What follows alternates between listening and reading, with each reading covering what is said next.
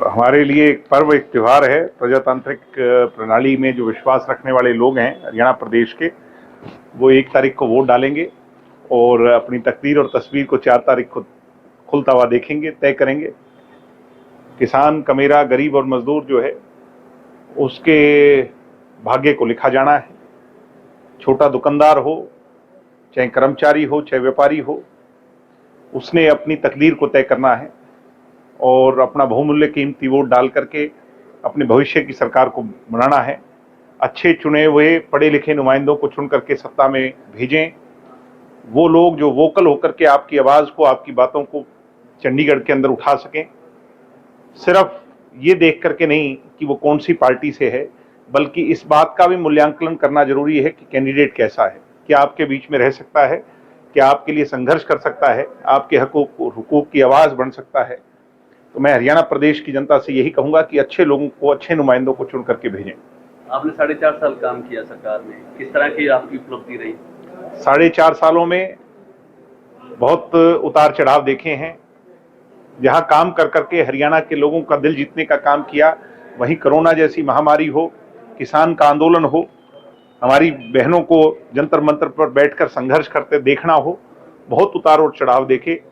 Bharatiya Janata party के साथ सरकार में जो बातें सोच करके आए थे, भारतीय जनता पार्टी के साथ मिलकर के कुछ वादे तो पूरे कर पाए, मगर बहुत से वादों को बीजेपी ने कहीं ना कहीं वो पीठ में छुरा, बैक स्टैबिंग कर करके, और उन बातों से वो पीछे हट गई। मुझे लगता है कि बीजेपी का असली चेहरा लोगों के सामने आ गया और सत्ता सुख भोगने के लिए बीजेपी जो 10 साल राज कर गई, अब उसे उखाड़ फेंकने का काम हरियाणा की जनता करेगी। देखिए, जिस तरह के लोकसभा के रिजल्ट रहे, क्या मानते हैं कि विधानसभा में कुछ? हरियाणा में आज तक देखा गया है कि लोकसभा और विधानसभा के रिजल्ट में दिन रात का अंतर आता है, और ऐसा ही इस साल होगा। लोकसभा का रिजल्ट देश के मुद्दों के लिए था, मोदी और एंटी मोदी की वेव में बट गया था। विधानसभा का जो चुनाव आएगा वो मैं ये मान करके चलता हूं कि हरियाणा के मुद्दों पर होगा, रीजनल मुद्दों पर होगा, डोमेस्टिक मुद्दों पर होगा। हरियाणा के अंदर किस बात की लड़ाई लड़ी जानी है, उन मुद्दों पर आधारित होगा। 20 जो अन्य जो कैंडिडेट हैं, जो डॉक्टर अजय सिंह चौटाला जी ने मंथन किया, उनको फाइनल टच देना अभी बाकी है, कब तक दिया जाएगा? अभी बातचीत चल रही है, कुछ और दलों से बातचीत चल रही है। तो ये सारे विकल्प इसलिए खुले हैं कि अभी जो अलायंस की फॉर्मेशन है उस पर भी चर्चा चल रही है। तो हो सकता है कि भविष्य में कुछ समान विचारधारा के लोग हमारे साथ आएं, शामिल हों, और टिकटों का अगला बंटवारा वो अगले उसमें होगा। ऐसी कौन सी पार्टी है जो? अब ये तो पार्टियां, मैं इस पे आज कमेंट नहीं कर सकता, it is too early to comment, और ये समय जब आएगा तो आप लोगों के सामने होगा जरूर। मुझे ऐसा लगता है कि कुछ ऐसे दल जो समान विचारधारा के हैं वो मजबूती से एकजुट हो जाएं तो उससे बहुत ज्यादा बुनियादी फायदा होगा। कल छोड़ गए हैं पार्टी, क्या? मैं किसी के बारे में कुछ नहीं कहूंगा। वो हमारे अच्छे मित्र थे, मेरे पिताजी के राजनीतिक शिष्य थे। उनकी उंगली पकड़ करके उनने संघर्ष किया। बीच रास्ते अगर कोई धोखा दे जाए तो वो उसकी अपनी फितरत है।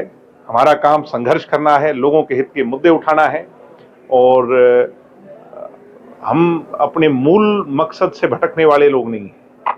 कोई आए, कोई गाड़ी में आएगा भी, कोई गाड़ी की खिड़की खोल करके चला भी जाएगा, कोई बैक स्टैबिंग करेगा, कोई धोखा देगा, इन बातों की कोई परवाह नहीं। चौधरी देवीलाल को तो सारा हरियाणा का राजनीतिक जो लेखा जोखा जितना भी है उन्हीं का लिखा हुआ था, और मेरे हिसाब से बहुत कम ही ऐसे लोग होंगे, उनके 9 रत्नों में से भी आधे रत्न उनको धोखा देकर के चले गए थे। तो जिनका आपने नाम लिया तो उनके विचारों की उनके सामने क्या वो है। मगर मैं इतना ही कहूंगा कि जो जहां जाए उसको शुभकामनाएं। मकसद, मूल मकसद ये है कि गरीब, किसान और मजदूर का हित है। ऐसी पॉसिबिलिटी है क्या कुछ दूसरी पार्टी के नेता भी जेजेपी में शामिल? मैं कह रहा हूं कि अभी चुनाव जैसे जैसे और नजदीक आएगा और उथल पुथल होगी, बहुत सारे नए लोग जननायक जनता पार्टी में शामिल होंगे। भगदड़ मच सकती है? भगदड़ तो मचाई है। कांग्रेस के अंदर तो आज ही मची हुई है कि 50-50, 60-60 कैंडिडेट जिस पार्टी के अंदर उम्मीदवार बनना चाहते हैं एक एक सीट पर, उस पार्टी का क्या हाल होगा आप ये देखते रह जाओगे। आदरणीय सांसद कार्तिक शर्मा जी ने डवाली क्षेत्र के लिए जो जो घोषणाएं की थी उन्हें पूरा किया, और उनका अवलोकन के लिए उन्हें कल आना था, मगर क्योंकि आचार संहिता लग गई तो वो राजनीतिक कार्यक्रम में शामिल होंगे, और उसके साथ साथ जो जो उनके द्वारा कराए गए हमारे क्षेत्र में काम है उस पर कल लोगों से मिल करके चर्चा करेंगे, और भविष्य में डवाली की राजनीति पर वो चर्चा करेंगे। और हमारे समर्थन के लिए कल वो यहाँ आ रहे हैं।